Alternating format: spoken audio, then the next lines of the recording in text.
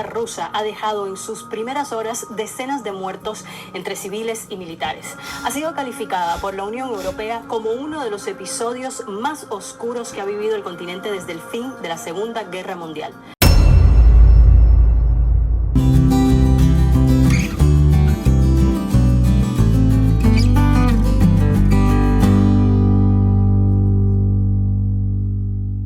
Buenos días, buenas tardes, buenas noches, mi gente linda, ¿cómo están? Nuevamente estamos aquí con Nina y con Mira y una nueva invitada, Victoria. But first, I will also change it, switching on again to English. And first of all, Victoria, please introduce yourself to all the people that is watching right now the video, and we can start, please. Hi, all people that are watching this video. My name is Victoria, as Pato kindly said. I'm also Ukrainian, but also I'm living in Poland for 10 years, meaning I'm quite Polish already, sort of. I came before the full-scale war, so my experience is a little bit different. I've started to study here as well, as many people start their life in Poland. Then I moved to Warsaw, where I continued my education and as well also started working here. Since the 2022, I joined the organization that we are all members of, the same Euromaidan Warsaw. That's an initiative, social initiative that is uniting Ukrainians who would like to help Ukraine in the way that you would probably help your own country if something comes up that is not beneficial, let's say, for all of you, right? So yeah, we are helping Ukraine because we are Ukrainians, but also is the wish from the bottom of our heart. When we're talking about my experience, I am a digital marketer. I work for TikTok. Nice. So yeah, that's You are influencer, a bit? No, I'm not influencer. I'm helping the brands to collaborate with influencers. Okay. Literally marketing. Yeah, exactly. Yeah. Lo que quiero hacer es compartir con ustedes exactamente la experiencia del Euromaidan Organization that Nina, Ira y Victoria pertenecen. Entonces, right now, please, Victoria, I would like to explain to the people what is Euromaidan organization. What do you do? What is the main idea? What do you do in general here in Poland, representative from Ukraine? No? I would start with a little bit of the history, but don't worry, it's going not to be that boring that everybody thinks about it. So the small and short history.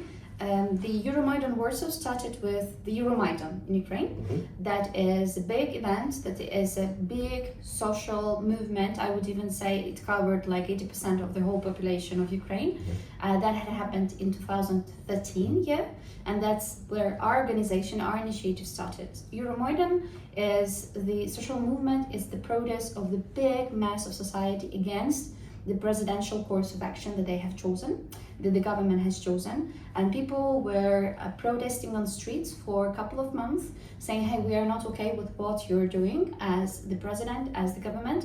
We are not okay with going forward with relationship with Russia, because the previous course of Ukraine was Euro integration, and we were keen on to join European Union. We were keen on to be a part as the Poland, for example, right now is. But at some time, 2013, the president of Ukraine, it is not legitimate anymore. By the way, he escaped the country after it. So this president said, hey, we are not going to do the Euro integration for now. We are going to do the Russian integration. That, of course, was out of our mind. We absolutely disagreed with this. We knew what evil can Russia be. So we started to protest on the streets, saying, hey, we are not okay with this. We want the Euro integration. We want to be a part of European Union. After that, Euromaidan started, and perhaps like 2-3 days after the official Euromaidan in Kyiv started, it also has started in Warsaw with the organization that we are right now a part of. And that's basically how the whole idea of Euromaidan Warsaw has appeared. So we started to do the protests, we started to work with the politicians to get their engagement into Ukrainian matter. So at the end of the day, Ukrainian people has demanded and got the same Euro integration course that they wanted to have. But since the task of Euro integration was done, there was another issues or, for example, situations that influenced the course of Euromaidan Warsaw as an organization. So we aimed to get Ukraine into European Union, and not only to have the course straight to the European integration, but actually have to be a part of European Union. But since 2022, when Russia started the full-scale invasion on Ukraine, the organization goal has also changed. Okay. Before it was the Euro integration, to be a part of European Union, to have democratic law, to be proactive in it. Since 2022, since March basically, February still even, our course was to help Ukraine to win on its own terms.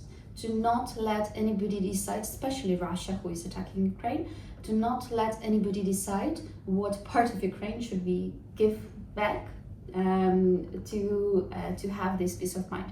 So we started to go on protests, we started to talk with the local politicians, we started to go with the debates around the Ukrainian. We started to raise awareness among Polish, European, and even American society in order to have that topics in high key in the cabinets of and the offices of governments around the world.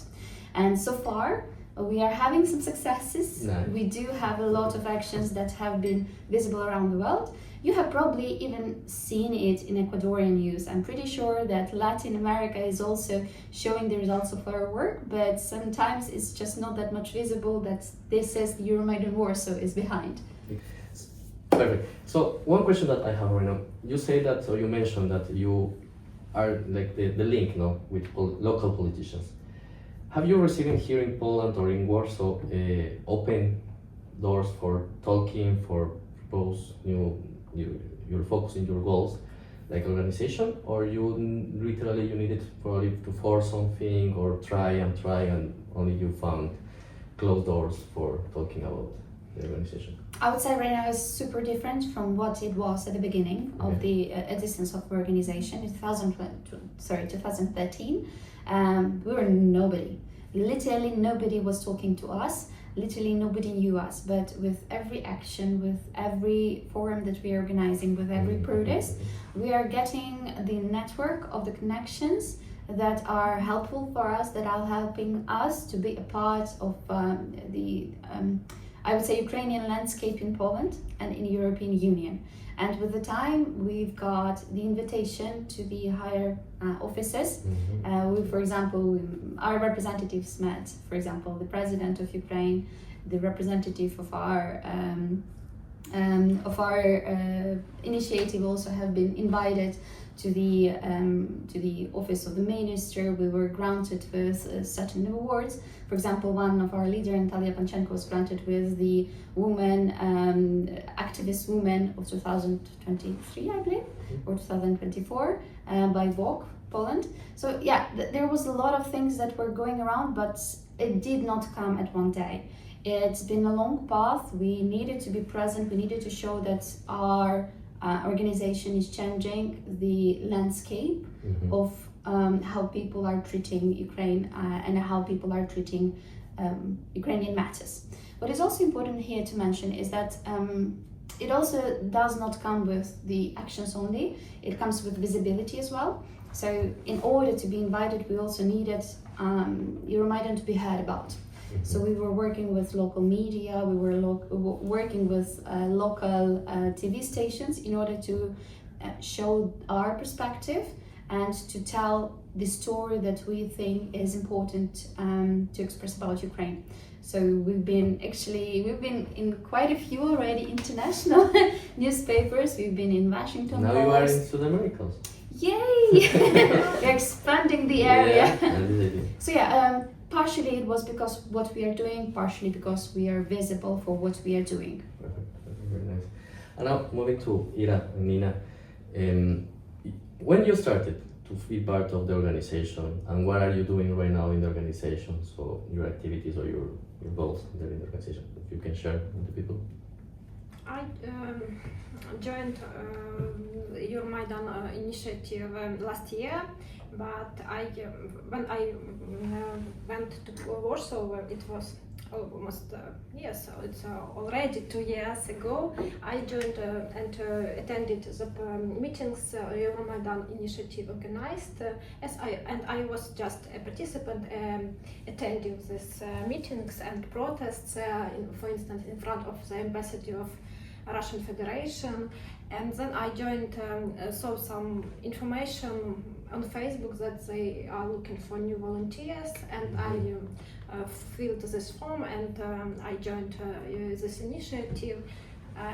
Now I work in advocacy team and a team of let it be informational team. We try to spread information about our activities, about the events in Ukraine and events of Ukrainian community in Poland, to attract and to get people be acquainted with our all our activities, to ask people to join our initiatives, and our task is to be such an advocate of Ukraine in Poland. Okay. One question. You're searching for Ukrainian people, or you can, for example, also the organization is open for different nationalities that can support Ukraine or support the organization in general? We are grateful to all people in the world for supporting Ukraine. So as we are in Poland, so first of all we are looking for people, for Polish people, but as well the representatives of Ukrainian diaspora. But we know that our protests are joined by the representatives of other countries, and that's great. Thank you for this help. Perfect. And Julina, what is your role in general in the organization that you? I joined the organization like Euromaidan Warsaw only this year, after full-scale invasion Russia against Ukraine.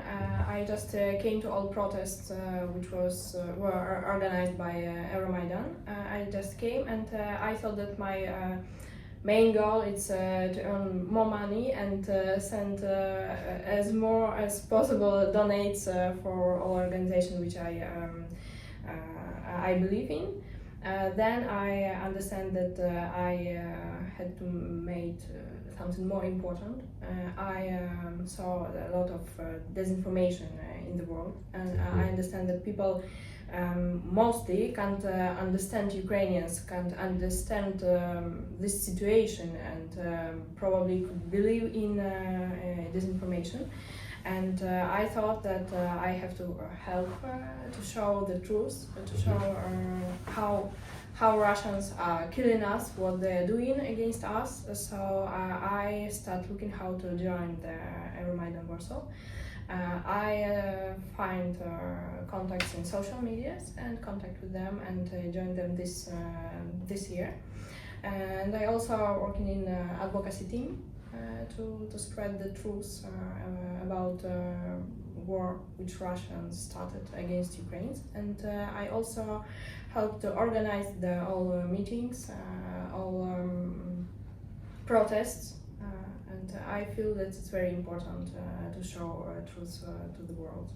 Ina is also an operational part of Euromaidan Warsaw. She's volunteering by, trying to organize all of us in one place, trying to make everybody be super comfortable in the place. So she's sort of office manager as well for us, but on the volunteer manner. By the way, everybody can join us. So just saying, it is open for everybody. As Nina, as Ira has registered and asked for participation, everybody can, just write us on social media and basically say, hey, we would like to help.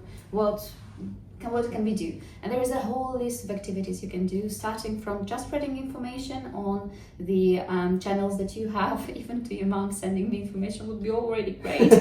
Sometimes moms are the most powerful source of information we are underestimating, but it also comes with the physical activities. For example, if you'd like to get your hands into the transportation, for example, of the humanitarian aid to Ukraine, or for example, if you would like to help us with organizing the events, not only the protests, but we are doing also another one.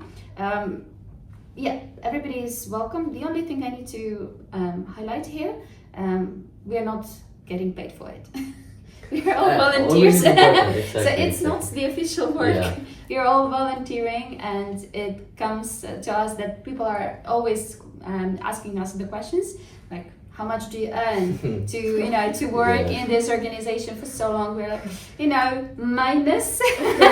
Usually it's minus, but plus to our dignity and plus to our consciousness. Perfect. So yeah.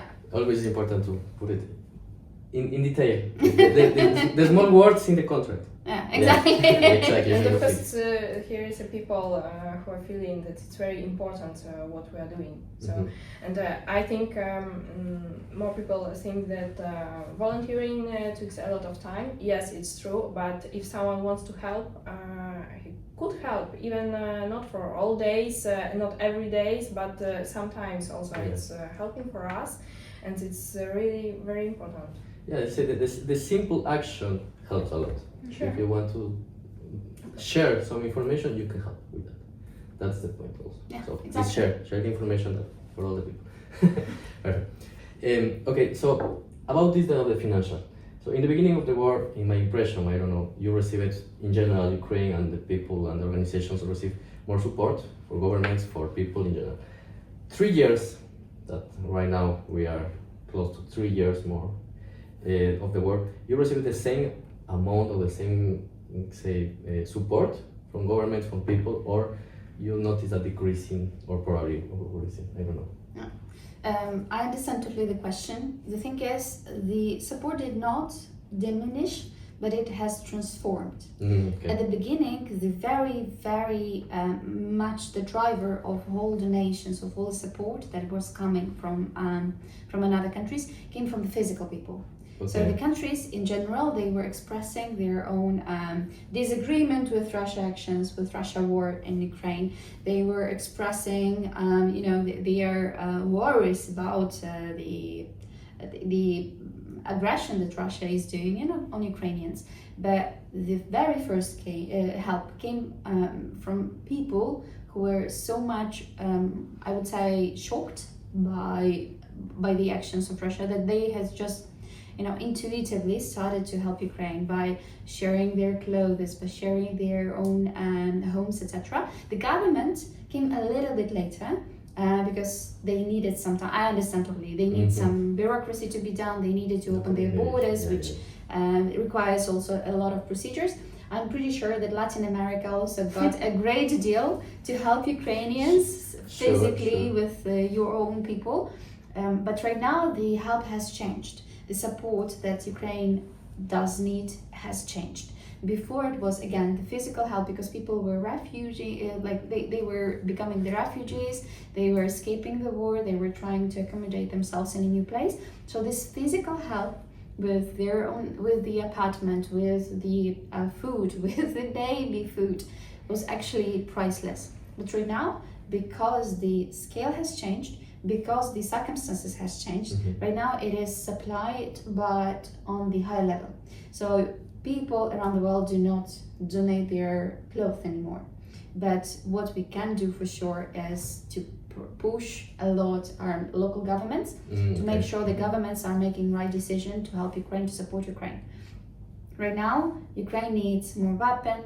Right now, Ukraine needs to be a part of NATO. Ukraine needs to be a part of European Union to get the protection according to the Budapest Memorandum. Sorry, again for the history. No problem. So this is the part that support is still needed, but is not equal to what it was at the beginning. It is a little bit different level. What we are doing as Euromaidan Warsaw, we are right now working on separate dimensions, I would say, or directions. First is, again, the advocacy, right? We are going to the governments, we're saying, hey, the help is still needed. It is needed in this and this and this area. Mostly, of course, the military aid, the weapon, etc. F-16 to Ukraine.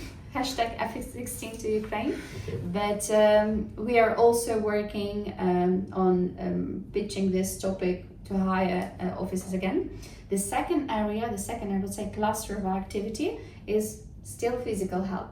because yes, so far the governments are working on the military aid. They are supporting Ukraine with the ammunition, with the education, with at least forcing the process on joining Ukraine to NATO, to European Union.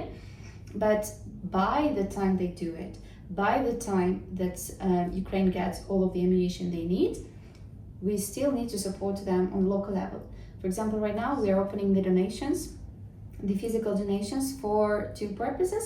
One is for humanitarian needs, basically for people who have been in distress because of war, and second is of course the military support, meaning we are collecting the donations to help, sorry to say that, but with smaller ammunitions. We are buying the drones, we are buying the clothes for the soldiers on the front line. We are helping them with any sort of extra, let's say, tech devices that government would definitely not care about, right? Because they are thinking about the global scale. They are thinking about the huge weapon that can be transported to help Ukraine to at least protect the civilians. Sure. Yeah. But we are doing some small efforts, let's say, from our side. Great. Okay, great.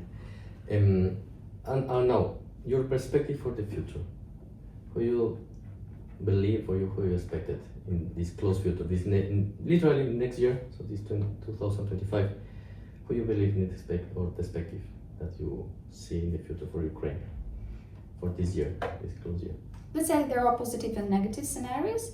In terms of the positive scenarios, what we hope to have achieved is, first of all, making sure that there is enough protective and anti-aircraft systems in Ukraine to cover the sky above Ukraine, so at least civilians are covered. This is the main goal, and this is what people are working all over the world, especially the governmental workers. What they are doing right now is trying to protect people, and we are pushing this agenda towards the high priority. But it also makes sense to discuss with the European politicians, at least, to discuss the further support of Ukraine with more ammunition. We still are lacking a lot of F-16, we're still lacking a lot of tanks, we're still lacking a lot of allowances, or at least the approvals from European Union and America. So we hope to have that in agenda as well. What is also nice, the next year we'll bring another summit of NATO. Summit of NATO is sort of the summit of the members of NATO organization. That is the organization that says, hey, we will protect all of the countries that are in this organization if another country will attack this NATO member. So being a NATO member means that another countries that are the members as well, they will cover you up in a case somebody attacks you. So Ukraine is under attack right now. Russia started war in Ukraine. So if Ukraine is a member of NATO, it will guarantees by default that another countries are okay with covering us up with armor, with people, etc. Yes, exactly. Yeah, okay. So that is the high priority for us right now. More or less similar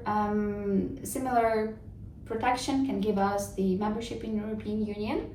So this is also something that we will be pushing hard in the agenda for the next year.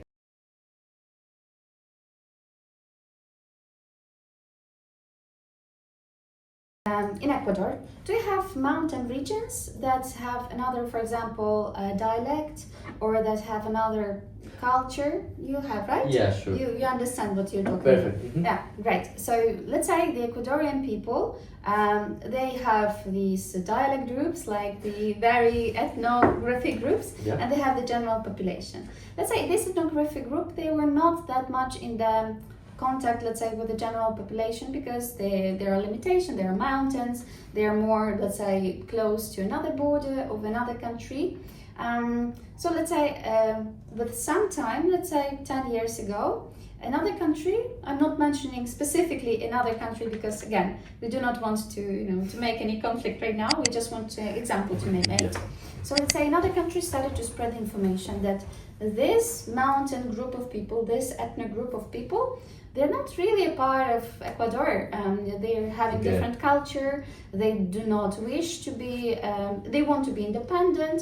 And of course, they're trying to constantly enforce the local media of Ecuador to recognize that mountain ethno group is not a part of Ecuador anymore.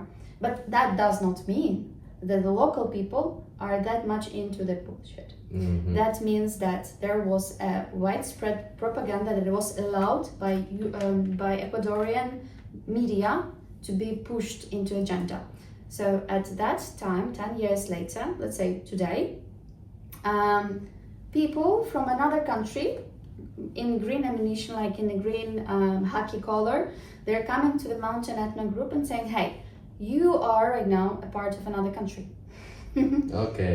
Yeah, And yeah. The mountain You be people, part of- they're like, wait, we did not really wanted it, but what can we say? You are having an army, you are having a weapon. What shall we do? Probably we will obey because we do not want to be shot, right? They force it to the people. Exactly, Yeah, and okay. they are also this military group. They are dividing the population by, let's say, praising those who are obeying to the regime and who are cooperating, and killing those who are not cooperating. That's good. Yeah, right. At the same time, Ecuadorian people and Ecuadorian government cannot enter the area because it's already occupied, right? Mhm. Military people Yeah. from another country is already in this mountain area.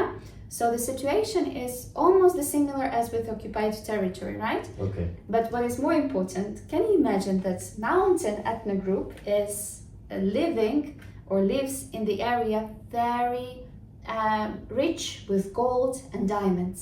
That's, yeah. Exactly, That's this the is why the eastern part of Ukraine is occupied. This is the whole region full with oil, with gas, with a lot of fossils. And this is why Russia is trying to push their agenda and occupy the region. Perfect. Okay. So for trying to finish a little bit the interview with you, what do you want to send a message from people to other side of the world about Ukraine, about the Euromaidan organization? So it's up to you right now. Share with the people the message that you want to the people understand to other part of the world. What I would love to leave with you guys is that what is happening right now next to Poland, in the border of Poland, is not that far from Poland or from European countries that you want to migrate to, right? What I'm trying to say is that there is no country that we could skip or leave behind our eyes, because once we do it, the same can happen in 10 years in your own country. So what I'm trying to say is there is no other countries, there is only one society of all of us, democratic society, and I would really, really love if all of you at least follow the political news, at least on the very general level, and try to be involved in the situation in the country that you're currently living. If you're in Poland, if you're in Germany, if you're even in Latin America still but planning to move to European Union, that will also concern you. Because Ukraine and Russia, unfortunately, is not that far from European Union. In fact, it's super close. And the war is closer than we all expected. When Georgia was occupied partially, we did not really care about that, honestly. When Crimea was occupied, we care a little bit more, but not that much again. When eastern part of Ukraine was occupied, we care as Ukrainians. So what will happen if another society, and if all European society, Latin America society, will not follow the news and still don't care? You can track, right? So follow the news, try to be involved in every matter you can, because that will also concern you over the time. If not directly, then indirectly through policies, through taxes, through the political environment that your kid will be living in. So stay engaged. Perfect. Thank you so much. Ukraine is very beautiful country with beautiful people, and it deserves to be happy and peaceful. And please don't be ignorant. Please read news about Ukraine. Read some information about different regions of Ukraine, about the history of Ukraine, because it's important to understand us and to understand the reason why we are fighting with such big country as Russia, but we are big in our hearts, and we have a lot to offer to this world as peaceful and happy country. So please be with us and help as you can to tell your friends about Ukraine, because it's everything is very important. Checking news is very important, but remember that there are a lot of disinformation in the world, and try to check and verify information which you find, and what are you believing in. Everything should be checked. You could also help all organizations which are helping Ukraine to win. You could also help us. You could even sharing our information about our protests. It's also help for us. So if you could please check our social medias and share the information, just help us to share the truth about the war which Russia started against Ukrainians. Like, share, repost, subscribe. Please, yeah. I will share all the social media of the organization, and you can check it, you can read it and share. The most important thing here is share the information, but for us maybe there in Ecuador, in South America, is not complicated to find information because you have internet, we have social media in general, but choose the exactly and the truth information. That's the point. Because not always you can find something very, this is nice, this is interesting, but depends who is telling this part of the history. Exactly. It's better to compare always a few sources of data, some trusted one, but a few of them to feel the difference, how they are trying to purpose the information. So that is super important. Yeah. You can verify it. Yeah, you can verify. This is more important. So thank you so much. Gracias. Thank you. Gracias, Thank you so much. Victoria, Ira, and Nina for sharing this time. Thank you so much for seeing the video, for watching the video, and Thank you. see you soon. Bye bye. Bye. Perfect.